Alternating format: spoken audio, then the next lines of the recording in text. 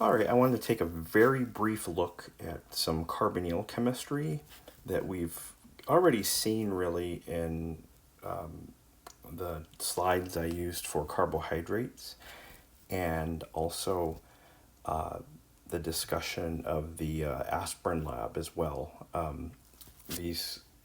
The type of chemistry that I want to look at is nucleophilic addition reactions and also nucleophilic acyl substitution reactions at the carbonyl carbon.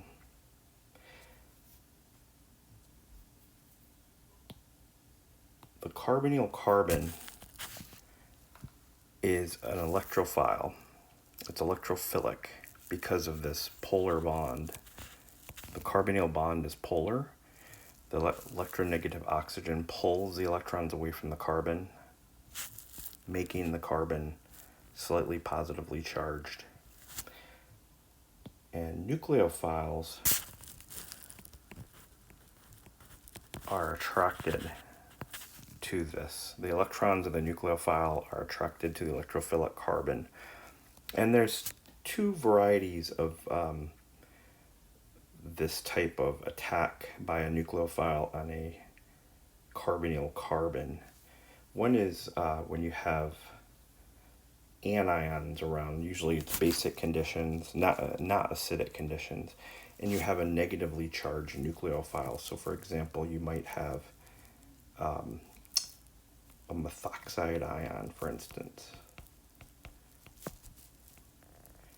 and that attacks the carbonyl carbon, and the electrons move up onto the oxygen. That would be one step of a mechanism, this attack, and then something else may happen after. Another possibility is that you have acidic conditions, and this is quite common.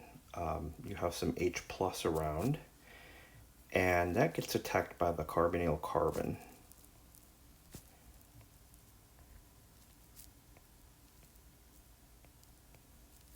So this acid that provides the H plus, the proton, is a catalyst, because somewhere down the line in the mechanism, H plus is regenerated.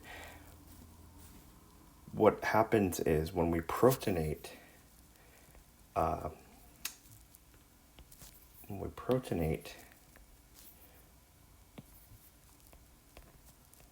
we end up with a positively charged oxygen, and that makes the carbon a better electrophile. We've activated the carbonyl by protonating the oxygen, and this allows for a weaker nucleophile.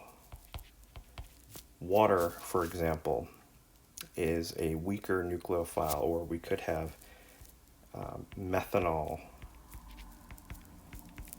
Maybe that's a better comparison. Up above we had methoxide, where the oxygen has a negative charge. That's a very good, very strong nucleophile. Methanol, or water, is neutral, and it's not as strong of a nucleophile. But now we have an activated electrophile. So by attacking this carbonyl,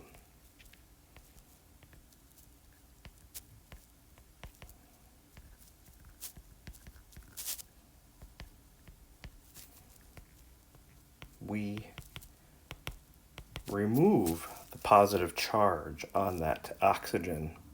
So this is a better electrophile when it's activated by protonation.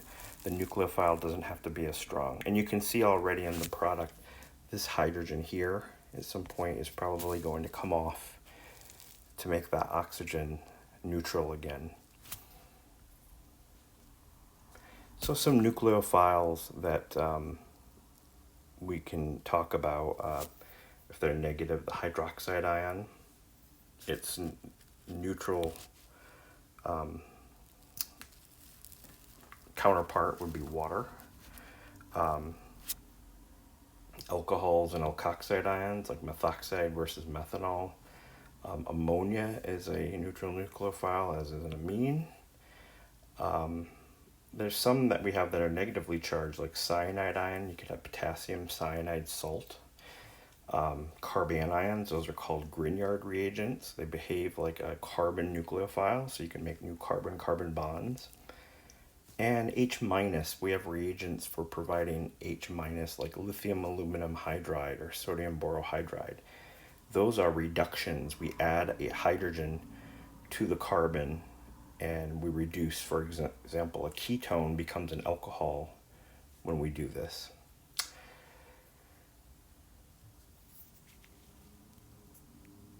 So, slides are a little out of order here. Some functional groups have leaving groups. So carboxylic acids and their derivatives like acid chlorides, amides, acid anhydrides, and esters. There is a leaving group on the carbonyl carbon. Some groups are better than others at being leaving groups. We have these leaving groups that can be replaced. And so here's our nucleophile. This oxygen on the alcohol is our nucleophile, our acid catalyst. And here is our carboxylic acid. So this is called a Fischer esterification. This is our leaving group. And this is actually an equilibrium, I should say. What happens is the oxygen of the alcohol will attack here, and these electrons will come up, but eventually they come back down and this leaving group departs. I'm not showing you the full mechanism there, but that's the general picture. Of course, the acid catalyst is involved in various steps. But what happens is the alcohol is now bonded from the oxygen to the carbonyl carbon, and this is our ester.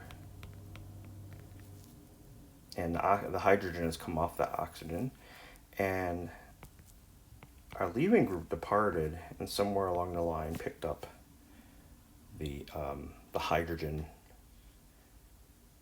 from the alcohol. Okay, so that's a Fischer esterification reaction.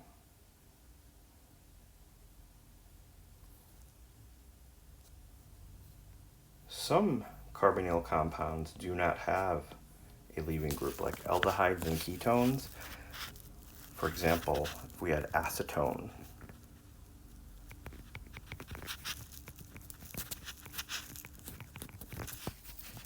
or an aldehyde, there is no good leaving group. The hydrogen or the carbon that is bonded to the carbonyl carbon, neither one of those is good at being a leaving group. So what we have instead is an addition reaction.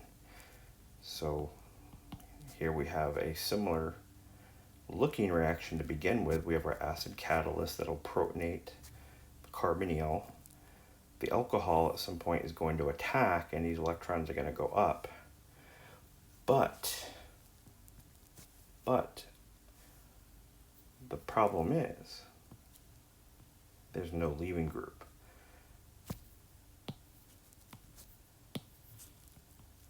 So this becomes an OH. There's still a hydrogen there. The oxygen that attacked is bonded.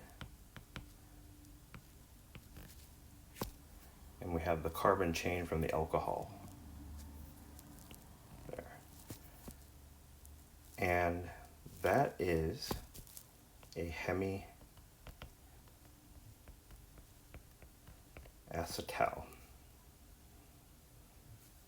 So that is an addition reaction. Notice that when we have a nucleophilic acyl substitution, notice that the carbonyl remains. This carbonyl is still here. What's happened is this group OH has been replaced now by the alcohol to make an ester. when you have an addition reaction, the carbonyl is now an alcohol, a hydroxy group.